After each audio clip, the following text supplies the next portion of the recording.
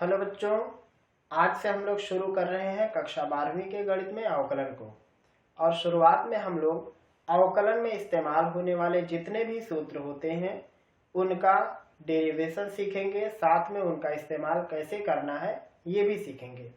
और उसके बाद जो प्रश्नावली के प्रश्न आपकी किताब में दिए गए हैं उनको भी सॉल्व करेंगे, और साथ में जो बोर्ड एग्जाम में आए हुए प्रश्न हैं उन्हें भी सॉल्व करेंगे। तो एक एक स्टेप हम लोग आगे सीखते हुए चलेंगे। बिल्कुल शुरुआत जीरो से कर रहे हैं हम लोग अवकलन की। तो बने रहिए वीडियो में शुरुआत से लेकर के अंत तक, ताकि आपको हर एक बात बेहतर तरीके से समझ में आ सके। हम लोग पढ़ रहे हैं कक्षा 12वीं के गणित में अवकलन को। अवकलन पे आधारित तीसरा वीडियो, और साथ में जो सूत्रों का डेरिवेशन है उस पर आधारित पहला वीडियो है। इसमें जो सूत्र जो भी इस्तेमाल किए जाएंगे अवकलन के प्रश्नों को हल करने में, हर एक सूत्र का डेरिवेशन आपको मिलेगा। बाद में उसका यूज भी हम आपको दिखाएंगे, यानी जो उसका एप्लीकेशन है वो कैसे करना है वो भी आप सीखेंगे। तो जो दो मेन इसके सूत्र होते हैं जहां से लगभग अवकलन के हर एक प्रश्नों को लगाने की शुरुआत होती है, उसमें दो मेन सूत्र होते हैं। पहला है x to the power n equal nx to the power n minus 1, ये पहला सूत्र है। दूसरा सूत्र है वो इसी से मिला करके बनाया गया है, कह सकते हो, या इसका व्युत्पन्न है। ये होता है जीरो, यानी किसी भी कांस्टेंट टर्म का डिफरेंशियल जीरो होता है। ये दो मेन है, यही आज हम लोग सीखेंगे कि इसका डेरिवेशन कैसे करना, इसका डेरिवेशन कैसे करना।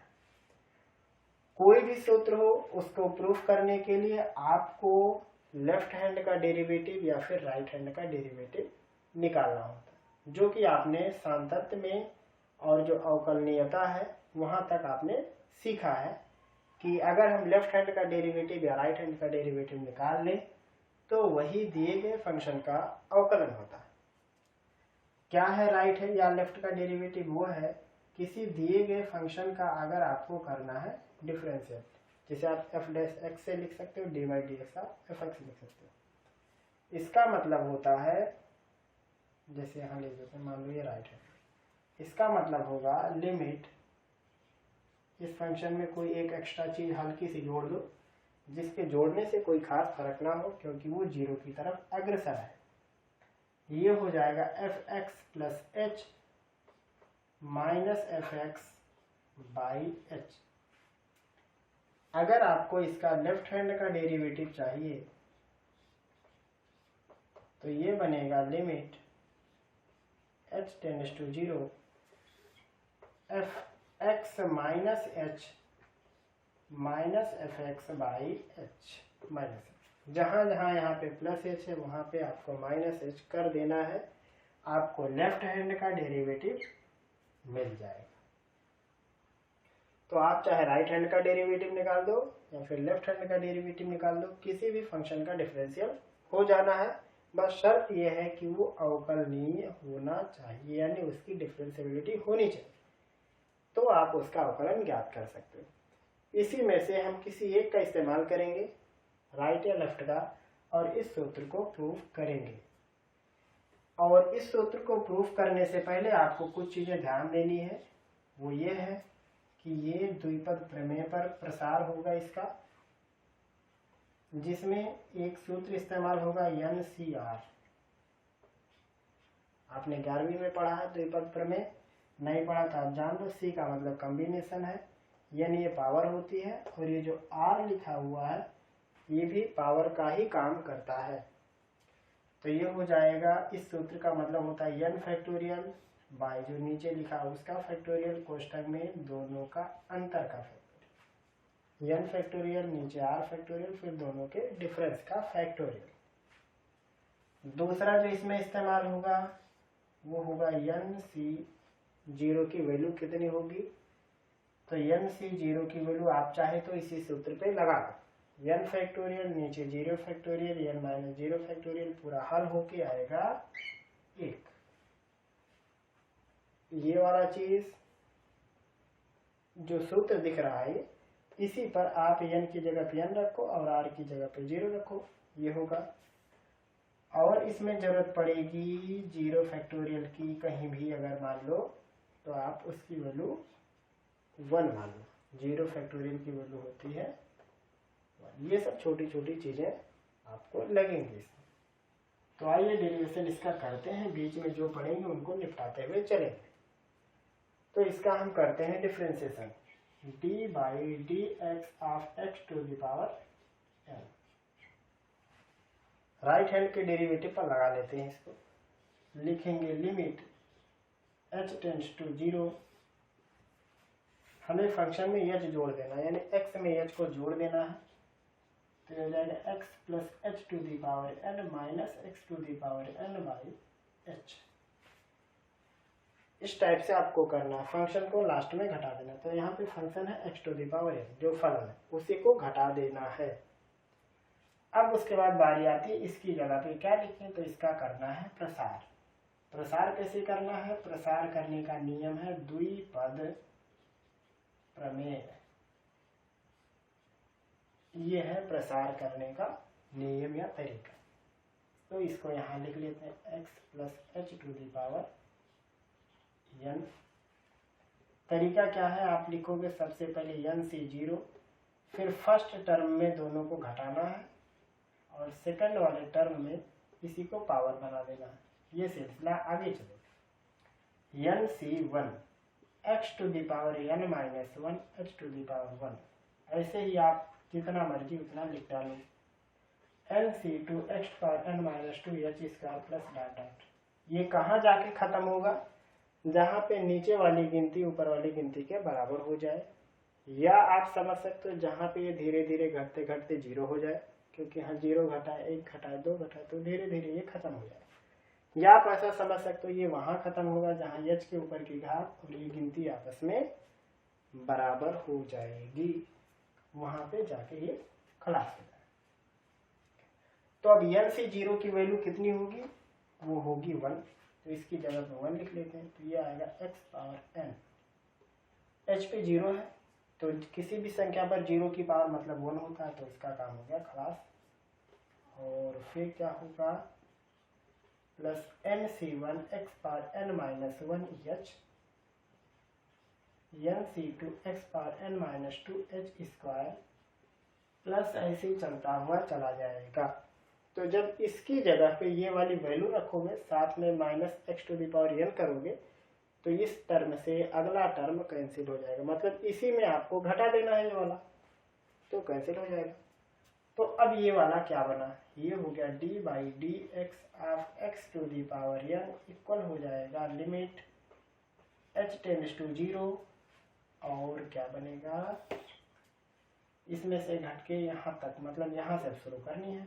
n C 1 x power n minus 1 h, n सी 2 x power n minus 2 h square, n सी 3 x power n minus 3 h cube, plus ये चला जाएगा और नीचे रहेगा h। अभी आपको लिमिट नहीं डालनी है, क्योंकि नीचे आप डालोगे तो 0 हो जाएगा, अनडिफाइंड हो जाएगा। लिमिट का नियम है नीचे शून्य नहीं होने देना है। तो क्या करोगे, इस h से सारे ऊपर में डिवाइड कर दोगे, तो देखो h कटता हुआ चला जाएगा। तो पहला बनेगा n C 1 x power n minus 1, यहाँ से h गया, n सी 2 x power n minus 2 h, n सी 3 x power n minus 3 h square, plus ये चलता हुआ चला जाएगा। और नीचे है लिमिट h टू 0। अब जितना h हर जगह 0 कर दो, तो यहाँ से आगे का सारा हिस्सा खत्म। तो ये होगा n C 1 x to the power n minus 1। n C 1 की वैल्यू क्या होगी, यहाँ लिख देते हैं। n सी 1 को आप लिखोगे n फैक्टोरियल, नीचे 1 फैक्टोरियल, फिर n माइनस 1 फैक्टोरियल, जो हो जाएगा n फैक्टोरियल। 1 का मतलब 1, n माइनस 1। n फैक्टोरियल को आप लिख सकते हो n माइनस 1 फैक्टोरियल, क्योंकि फैक्टोरियल का मतलब एक एक घटाते हुए चलो। और नीचे n माइनस 1 है ही है, तो इसे ओपन करने की जरूरत नहीं, कैंसिल होकर बनेगा n। तो ये हो गया n x to the power n minus 1, जो कि है d by D x of x to the power n। ये वाला। तो इस प्रकार से प्रूफ होता है पहला सूत्र। और उसके बाद रही बात दूसरे सूत्र को कि जो अचर पद है इसको कैसे प्रूफ करेंगे, तो उसको यहाँ पे कर देते हैं। ये एक आज का छोटा वीडियो है, एकदम छोटा सा चीज आपको सिखाना था, इसको सिखा दिए हैं। फिर बाद में मिलेंगे बड़े बड़े डेरिवेशन से। दूसरा जो प्रूफ है D by D x of C, इसको आप ऐसा लिख सकते हो D by D x of C, इसके साथ कोई चर राशि लगा दो जो यहाँ वही वहाँ, उसके ऊपर जीरो लगा दो। जीरो का मतलब हुआ ये नहीं था, x to the power zero का मतलब 1, तो आप इसको ऐसा लिख दो। बराबर क्या हो जाएगा, कांस्टेंट जो कि गुणांक के रूप में अब आ गया बाहर हो जाएगा। फिर लिखेंगे d by D x of x to the power zero.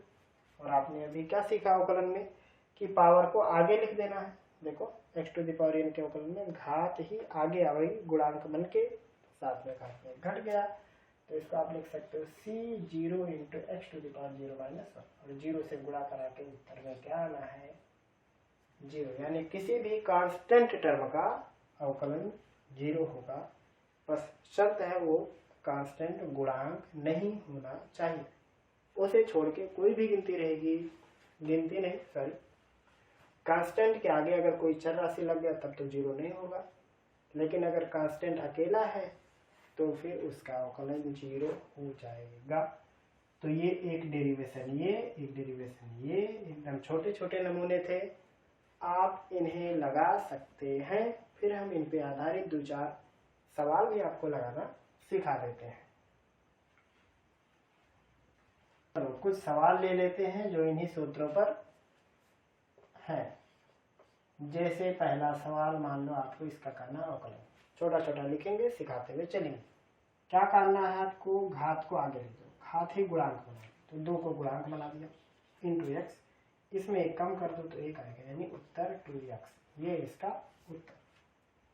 थोड़ा सा अभ्यास करोगे तो फटाफट लगेगा, आप चाहे मैथ वाले बच्चे हो या बायो वाले, कोई फर्क नहीं पड़ता, और दोनों लोगों को जरूरी है।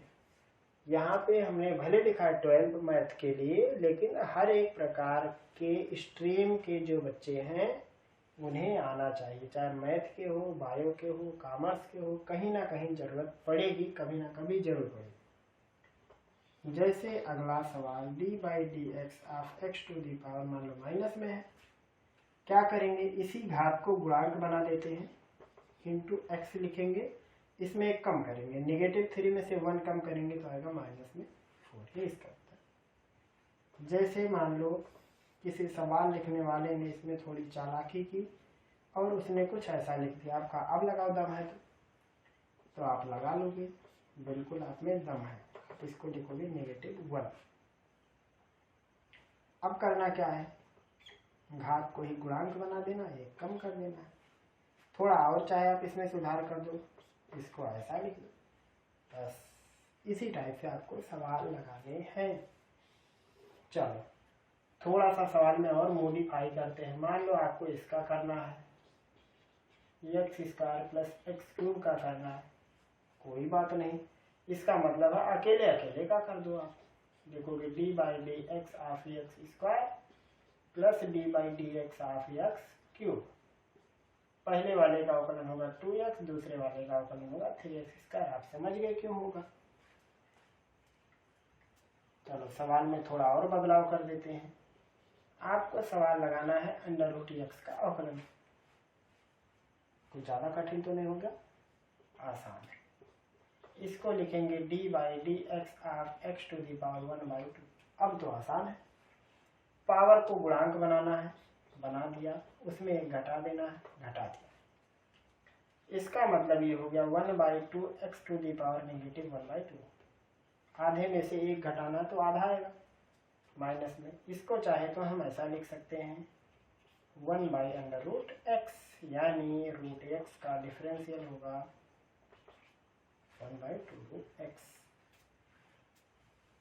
ऐसे न जाने कितने टाइप के सवाल बनाए जाते हैं जो बिल्कुल एकदम आसान। अब आप कहोगे x x x हर बार ले रहे हो, यहाँ चाहे y y हो सकता है, z z हो सकता है, दोनों बराबर हो, लेकिन शुरुआत में आपको वही सिखा रहे हैं हम आपको जिसमें ये और ये दोनों बराबर है। कुछ कुछ जगहों पर ये दोनों अलग अलग हो जाएंगे।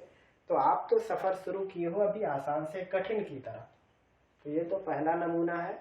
ऐसे और भी प्रश्न आपको मिलेंगे, और भी सूत्र मिलेंगे, फिर उनका कंबाइंड रूप आएगा, तो फिर सवाल बड़े हो जाएंगे। घबराने की जरूरत नहीं है। जैसे इनसे निपट लिए हैं, सबसे निपट लेंगे।